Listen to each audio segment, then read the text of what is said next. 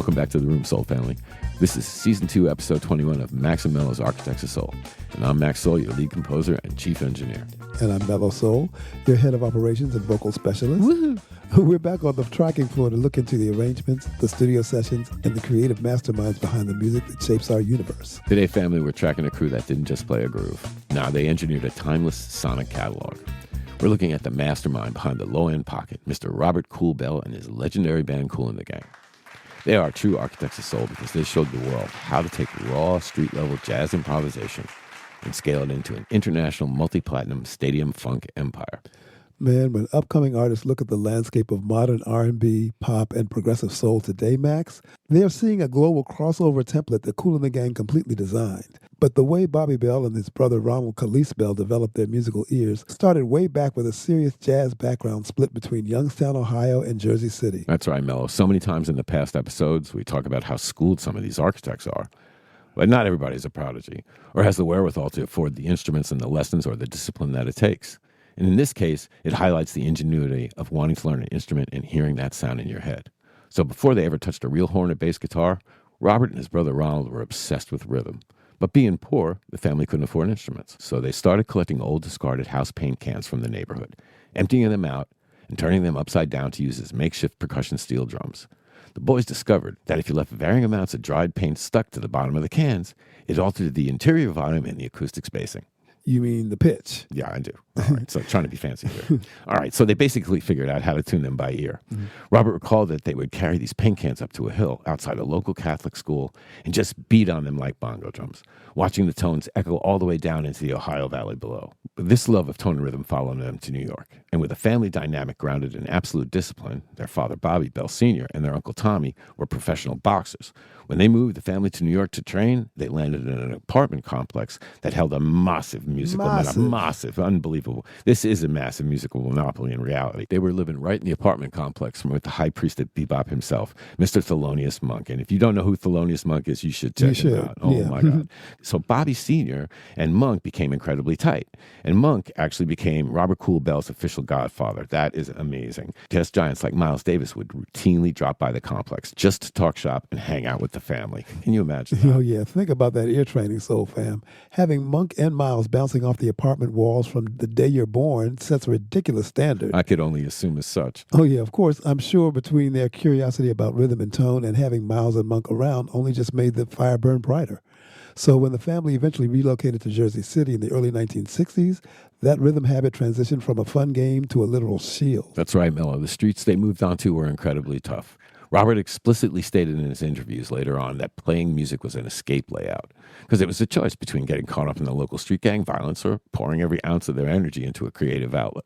So when they moved to Jersey City in '64, and once the family settled in and the boys proved that they weren't going to drop their rhythm habit, well, their mother stepped up to provide the initial tracking upgrade. She saved every spare penny she could scrape together to buy Robert his first set of real store-bought bongo drums. And around that same time, his brother Ronald Khalees Bell finally got his hands on a real saxophone. Hey. Ronald didn't have a teacher, Max, so he sat in his room matching the breathing to the jazz records playing on the turntable, teaching himself how to blow note changes with Miles and Monk in the next room. Can you imagine? They would take those real drums out to the parks and the subway entrances, linking up with the neighborhood kids who had guitars and trumpet. And when it comes to Robert Kool Bell and his brothers, they were the absolute definition of being schooled on the gig.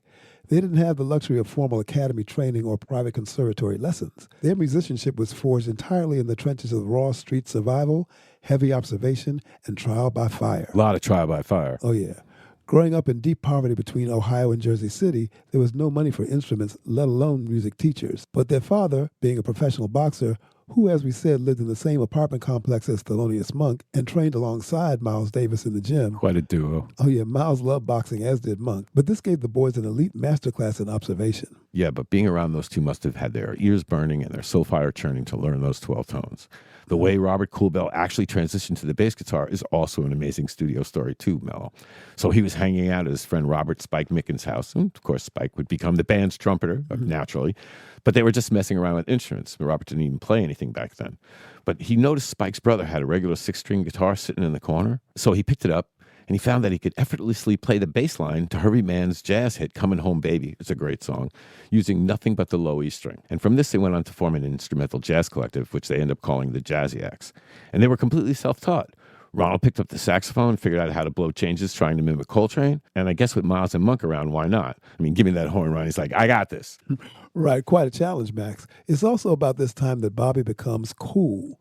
You see, Soul Fam, he had to learn how to carry himself on the local streets of a rough Jersey city. He was actually very cool, though. Yeah, and he adapted this hyper laid-back, unshakable persona that was so smooth that the neighborhood crews respected him, earning him the nickname Kool, thus keeping him and the band's instruments completely safe. That's Bobby Bell. Bobby Bell is cool. Yeah. Bobby is cool. But they were starving for a real gig in Greenwich Village, Mello, which brings us to this legendary Café Wha one-string audition hustle. And amazingly, they managed to get an audition. But Robert had just picked up the basic bass, as we were talking about before. He hadn't even learned how to play a full chord change or any scales yet. So to get through that audition without getting thrown out, he meticulously learned this jazz standard, Coming Home Baby, that I was just talking about a second ago, entirely on a single string of the guitar. Just gripped that E string with military focus, anchored the low end, and the band completely nailed this groove. The manager booked them on the spot, Max, paying the teenage band entirely in turkey sandwiches and potato chips. They got paid. You okay? Funny thing is when they went down to play this open hootenanny audition night, right, to secure a regular booking, Robert had no instrument of his own. He didn't even play, Mello. Like, he was literally standing on the stage just singing, hyping the crowd, and doing percussion work while the guys played. And once the club manager ended up liking this jazz vocal vibe and put them in the rotation for regular night shifts, so they started running these extended instrumental jams. And during one of those regular gig sets, Ronnie noticed a house electric bass guitar resting on an amplifier on the stage, right? And some of it, other musician from one of the other bands left it up there, right? Ronnie, knowing that Robert had been practicing Herbie Mann's bass line at home on a little guitar string, right? He looked over mid-set and he said, hey, let's play that one song, Coming Home Baby.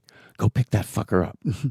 So Robert picked up that heavy 4-string house bass, applied the exact same finger-plucking pattern he had practiced on a single guitar string, and anchored the low-end root notes. Damn straight he did. That mid-show experiment was such a massive hit with the crowd that it officially locked his identity as a bass player. It's funny, it really did. Yeah. The moment he came home from that gig, his mother saw the look in his eyes and went down to Macy's, where she bought him a cheap, budget-line Japanese electric bass brand called a Zimgar, and he never looked back. Yep, with a Zimgar bass, a saxophone, a trumpet, and some real drums in play, the elements fully aligned. And Ronald, Robert, and 5 of their tightest high school classmates from Lincoln High School officially formed the Jazziacs in 1964, officially now. They took those entry-level instruments straight to a small theater right next to a local neighborhood church that hosted jazz nights every Sunday. So now they want to play another gig. So sharing Sunday matinee stages now with avant-garde jazz titans like McCoy Tyner and Pharoah Sanders, and they were still teenagers. And this was the exact moment that the paint cans were entirely removed, totally retired. The real tracking meters began, the tape machine was on, and the indestructible foundation of Kool The Gang was officially laid down on that stage. Talk about holding down the rhythm section by any means necessary. Oh, yeah. Where's Malcolm? It shows every upcoming artist trying to make it in today's music scene. You have to use whatever resources you have to lock in the pocket. Drop your thoughts on the feedback floor, family, because we're throwing it to our first break, so stick around. Please do. You're hanging with Max and Mello's Architects of Soul, and we're talking Robert Kool Bell and Kool The Gang. We'll be right back.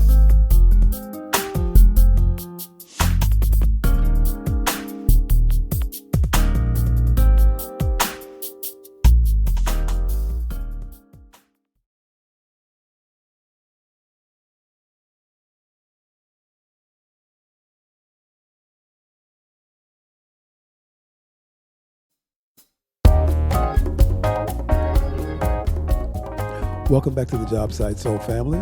We're stepping back onto the tracking floor for segment 2. And before we dive deeper into the Bobby Bell Matrix, if you like this content, please give a like and subscribe to our channel. Please.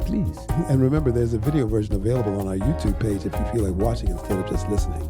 And don't forget, if you are on our YouTube page, our music is right there also, and we would greatly appreciate your giving it a listen. Better believe it. So, Max, talking about schooling last segment, by 1967, that on-the-job schooling was in real time. Real time. The band was paying heavy dues playing Newark's Blue Note Lounge. They were gigging 6 nights a week, playing grueling 5-hour sets from 9 p.m. to 2 a.m. That's right. And during this time, Mello, they were also acting as the house backing engine for a local Jersey club artist development organization called the Soul Town Review. And backing up a constant rotation of diverse artists and vocalists taught them how to adapt their complex jazz instincts into tight, commercial R&B hit arrangements. Man, that's the real deal, Mello. Playing behind different vocalists night after night forced them to memorize pop structures on the fly, modulate keys instantly, and learn how to adapt their heavy jazz pocket into a tight, driving radio arrangement. And it was during their Blue Note Lounge runs, Max, where they caught the attention of Gene Red Jr. Red was an established producer, arranger, and former doo-wop singer who was incredibly well connected in the East Coast soul scene. That's right, Soul Fam. Red immediately recognized the band's terrifying potential. He saw 8 teenagers who possessed the sophisticated musical vocabulary of seasoned jazz instrumentalists, but played with the explosive, gritty physical force of a street funk band. Man, he stepped in to manage, produce, and guide them. Now, at the time that Red stepped in, the band was performing under the name Kool and the Flames, which was a moniker an MC at the Blue Note Lounge had accidentally given them on a marquee flyer. Right, Max. Gene immediately raised the red flag. He warned the boys that continuing to use the Flames would trigger a massive legal and commercial clash with James Brown's legendary backing unit, the famous Flames. In other words, James wants his money. Exactly. So at Red's strong insistence, they rezoned their identity. Looking to capture their tight-knit brotherly street energy, they settled on the permanent title Kool and the Gang. That's right, and once the lineup and name were locked, Mello, Gene Red brought the band to D-Light Records, a fresh, hungry, independent New York label founded in 1967 by Fred Vigorito, Fred Fiotto, and Ted Simonetti. Red worked out a deal where the band's first release would launch through his own production company, Red Coach Records, with D-Light stepping in to handle the heavy distribution and the promotional weight. So in 1969, they signed the paperwork, walked into Bellhound Studios in New York City with Red at the board, and tracked their self-titled debut single. And the track, Soul Fam, Kool and the Gang, backed with Raw Hamburger. Raw Hamburger, baby, what a B-side. Yeah, it was released later that same year. It immediately cracked the Billboard charts, validating Gene Red's vision and launching an unshakable partnership that would see the band become D-Light's absolute flagship empire for the next 2 decades. Oh, hell yes, but it's not all roses and fairy tales here, Mello. Their new record label, D-Light, well, they began putting massive corporate pressure on them, right? The label had been trying to license the rights to Soul Makossa, which was a song by a Cameroonian saxophonist named Manu Dibango.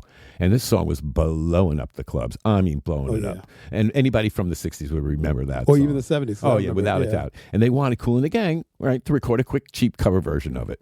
But the boys were like, no.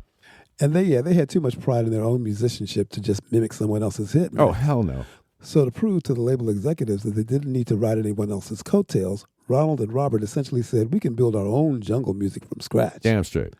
That corporate standoff is what sparked the manic, defiant energy that drove them to write and track Jungle Boogie on the spot, entirely despite the label's demands. So now they got to put up, Mello. So they locked a Baggy's studio for a session. Right, Max. And by the time they walked into Baggy Studios to track Jungle Boogie and Hollywood Swingin', they possessed an airtight military-grade chemistry because they had spent years sharpening their tools in front of rowdy club crowds.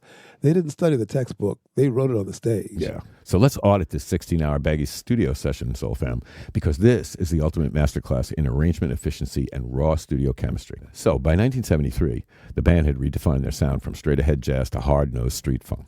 And because D-Light wanted them to cover a song and they said, hell no, we can write that, well, they were booked into this tiny, gritty basement tracking room for this 16-hour session. Big session for them, Max. Oh, huge. Yeah, while they had basic rhythmic concepts and groove sketches floating around, the actual finished songs were completely finalized on the fly. And that kind of efficiency doesn't happen by accident either, Mello.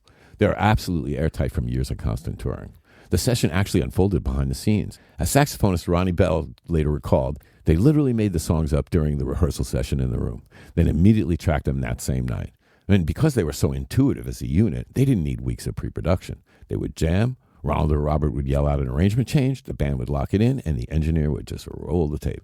Robert Bell recalled that they loaded their gear into baggies at 8 a.m. sharp. Over the next 16 hours without a single computerized loop or digital click track, they huddled up in that hot room and poured their pure, un-quantized adrenaline directly into the tape machine. And by the time they packed up their cables and clocked out at midnight, Mello, well, they had written and completely tracked Funky Stuff, Hollywood Swingin', and Jungle Boogie, back-to-back in one single session.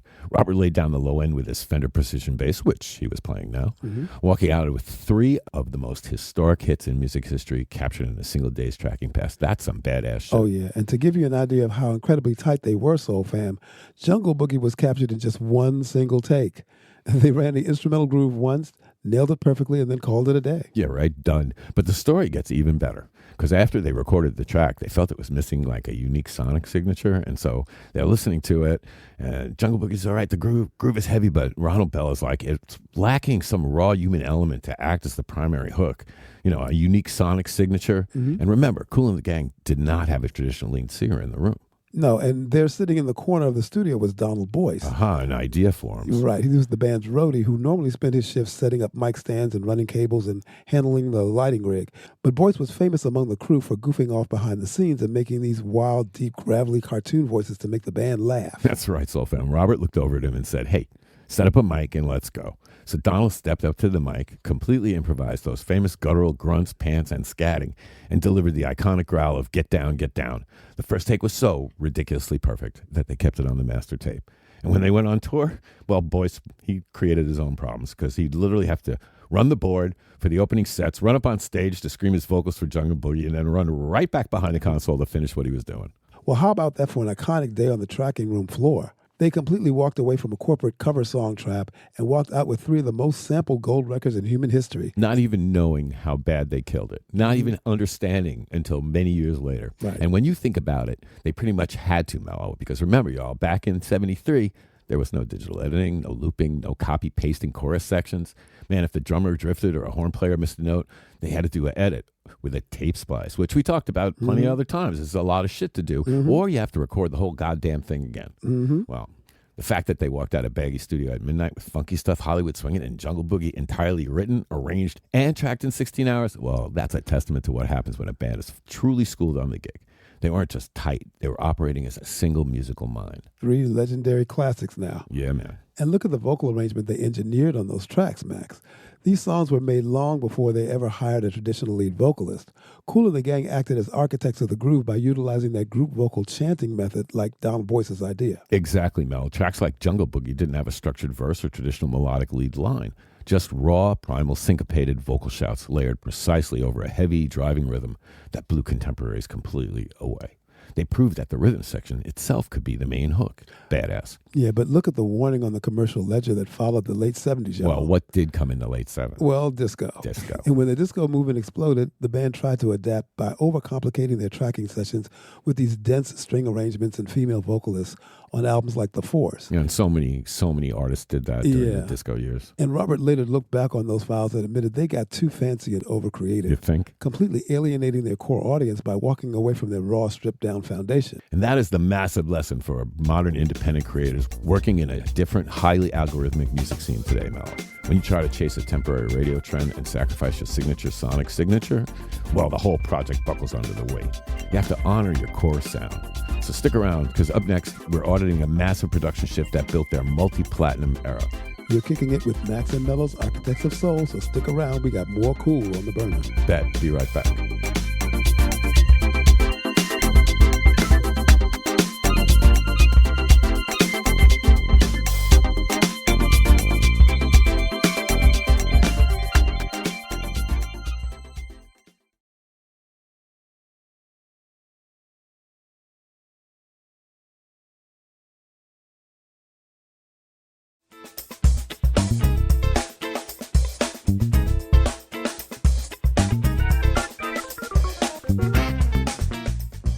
Hey, we're back in the tracking booth for segment 3. It's time to deconstruct the ultimate creative pivot.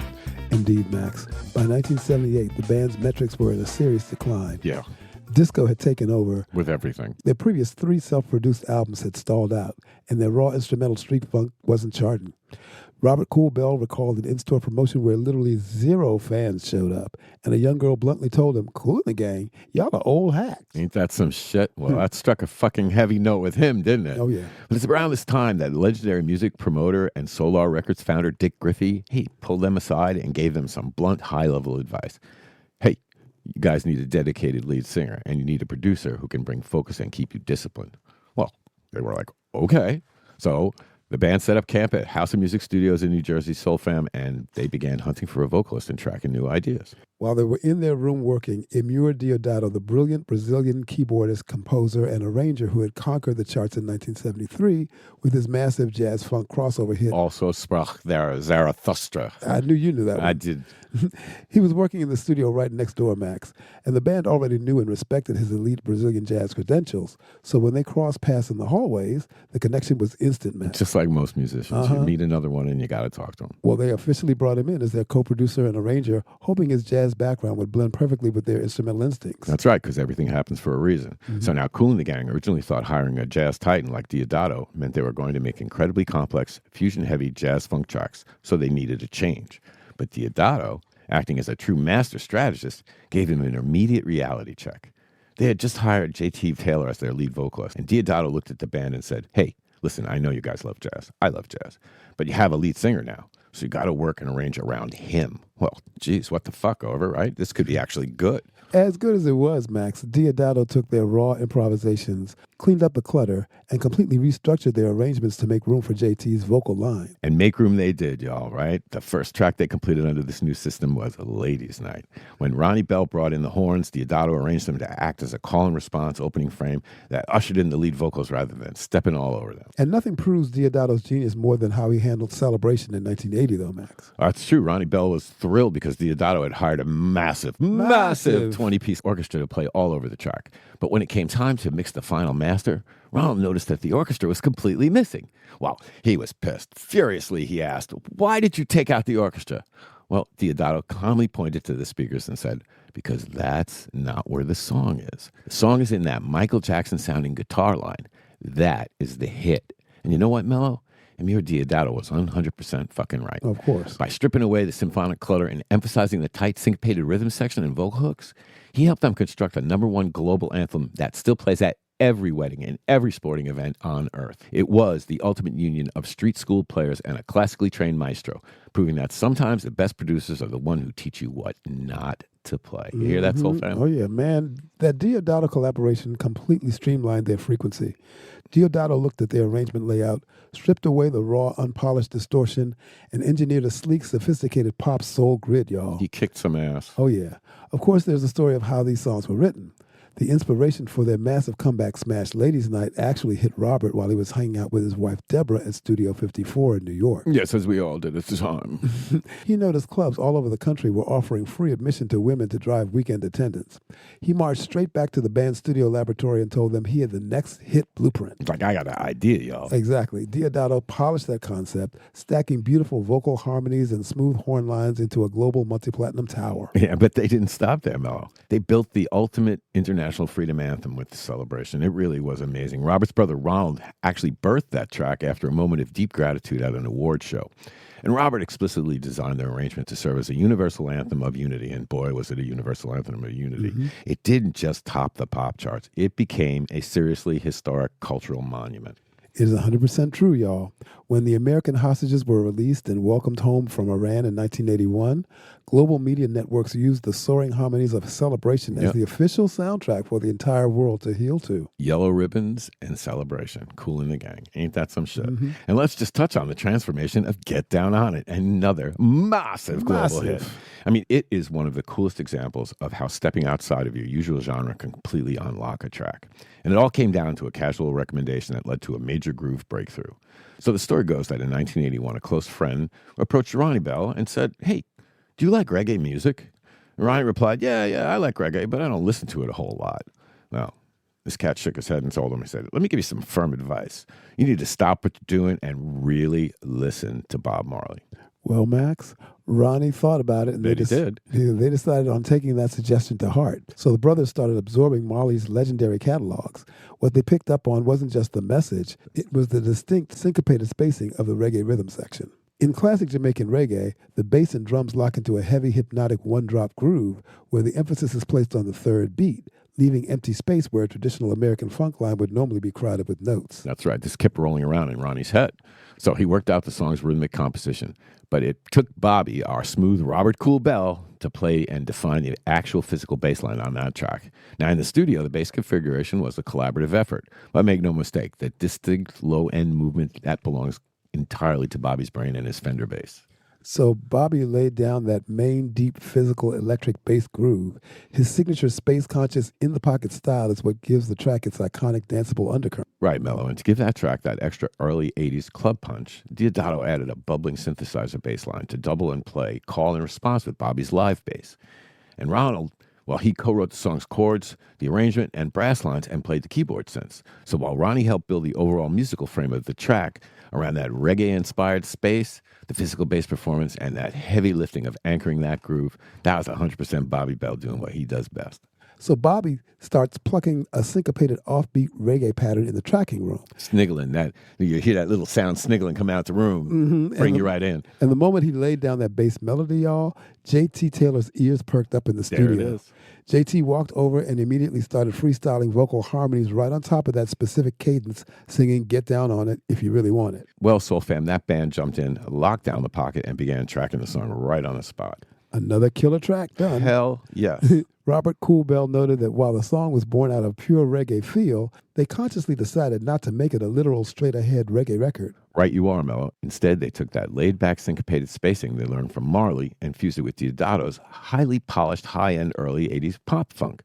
Well, they added a heavy driving four-on-the-floor funk kick drum, synthesizer-enhanced bass reinforcement to give that low-end absolute club power, slick call and response horn lines, and beautifully tracked vocal harmonies, and they just filled the space with Bobby's bass groove. And by taking Marley's unhurried rhythmic philosophy and slamming it into a commercial club context, Max, they built a track that felt completely fresh. It wasn't overly busy or frantic. It was deep, hypnotic, and impossible not to dance to. Oh, it's such a great groove. The single, simple suggestion to go study Bob Marley, Soul Fam, gave Kool and the Gang the exact rhythmic blueprint they needed to score a top 10 smash on both sides of the Atlantic, proving once again that the best musical ideas happen when you keep your ears open to different genres. Yes, sir, Max. They took that hypnotic, syncopated, offbeat reggae inspiration, slammed it into a pop-funk grid, and built a monster track that has kept dance floors completely packed for over 4 decades. It sure has, Mello. It shows upcoming R&B and soul artists working today that true crossover success doesn't mean watering down your sound. It means refining your musicianship and your tracking process so perfectly that the global mainstream has no choice but to index your groove. You know what I'm saying, Soul Fam? You take diverse musical influences, clean up your signal chain, and build something universal. So stick around, because up next we're breaking down how Kool and the Gang established a literal business division to protect their master recordings. Don't go away.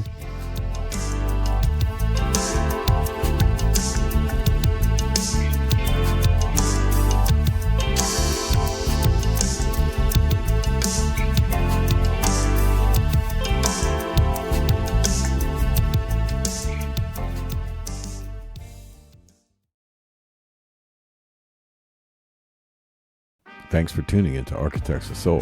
Our music is waiting for you.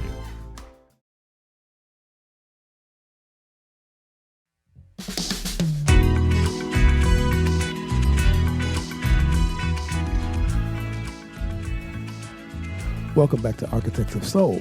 We're stepping into segment 4. And before we dive back into the world of Bobby Bell and Kool and the Gang, if you like this content, please give a like and subscribe to our channel. Please. And remember, there is a video version available on our YouTube page if you feel like watching instead of just listening. So, Max, we have to talk about protecting your musical assets, because Kool and the Gang are officially recognized as the most sampled R&B band in music history. Yeah, it's true, Mello. The math on their legacy is completely astronomical. The legendary backstory of Questlove breaking down the sampling numbers for Robert Kool Bell is a massive moment of musical validation that bridged 2 generations. Wow, it's true, y'all. Questlove is widely known in the industry as a massive student of Oak Tree Funk. Oak Tree of Funk, meticulously tracking how 60s and 70s grooves branched out to become the entire foundation of hip-hop. In late September 2021, Questlove, now widely respected as hip-hop's chief musicologist and human encyclopedia, had meticulously traced the sonic lineage of Kool and the Gang's master recordings. He constructed a massive, highly detailed sample family tree on social media, visually mapping out how the original 1970s grooves branched out into modern music history. He brought Bobby Bell onto his show to do a deep, multi-hour dive into the history of the band. And Soul Fam, the pairing of Robert Bell and Questlove was a match made in crate-digging heaven.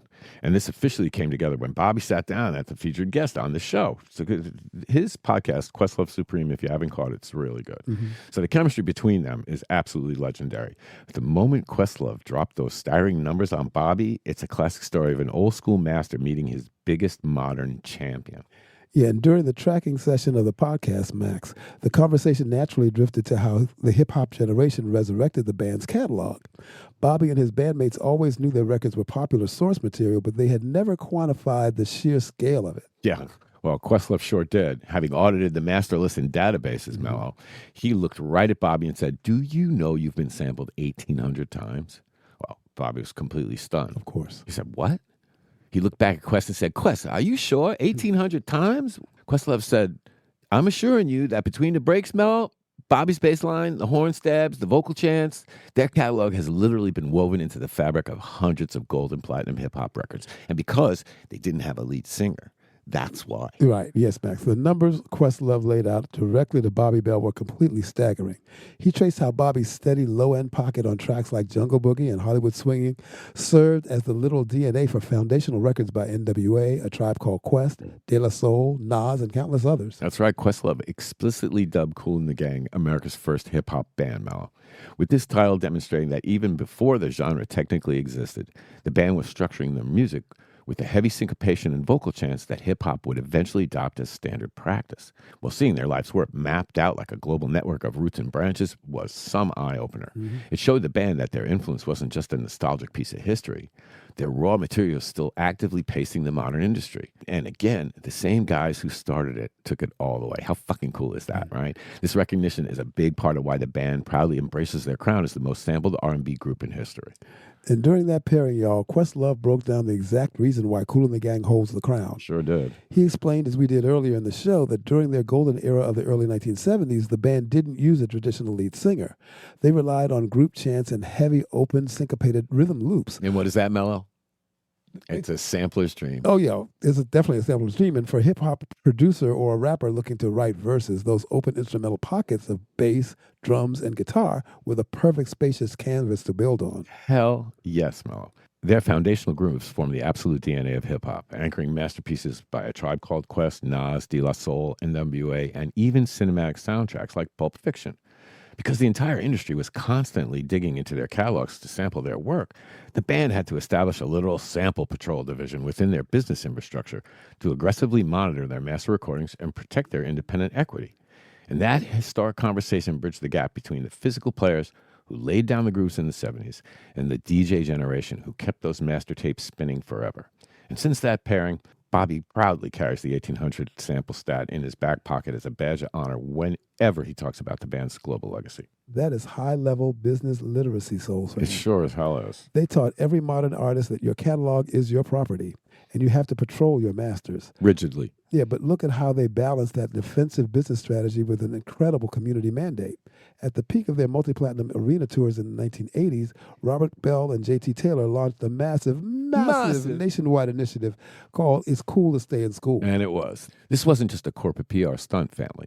They explicitly partnered with public school systems across more than 40 major cities. They established a system where students who achieved the perfect attendance records were rewarded with free front row tickets to Kool and the Gang stadium concerts. I mean, that's a fucking pretty cool giveaway, Mello. They use their creative and massive cultural platform to support the next generation of students and future creators. Badass. Oh, yeah. They showed us that true architectural impact in music isn't just about printing cash. It's nice to print cash, though, don't say. It is nice, but it's about giving back to the community that supported your records in the first place. That's exactly right. We're headed into our final wrap-up of the day, so keep your dials locked right here to this frequency. Yes, you're listening to Max and Mello's Architects of Soul. We'll be right back to label the package and FedEx it right out to you. Stick around, y'all.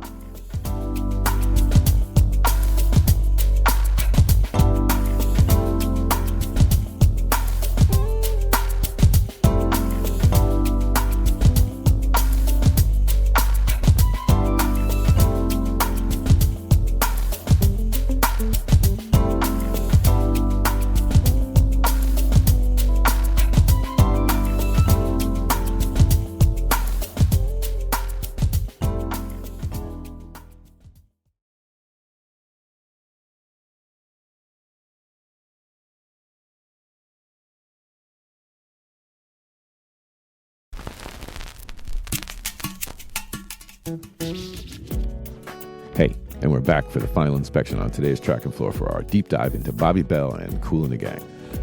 Max, when you look at the total historical trajectory of Robert Kool Bell and his crew, it stands as the ultimate operational manual on longevity and creative adaptation for artists working in today's scene. It really does, Mello. Operating continuously longer than any other R&B group in the history of music, they prove that a band can survive cultural shift trends if their internal teamwork remains high and their egos remain low. So today, Bobby Bell stands as the final founding pillar keeping that magnificent musical legacy standing.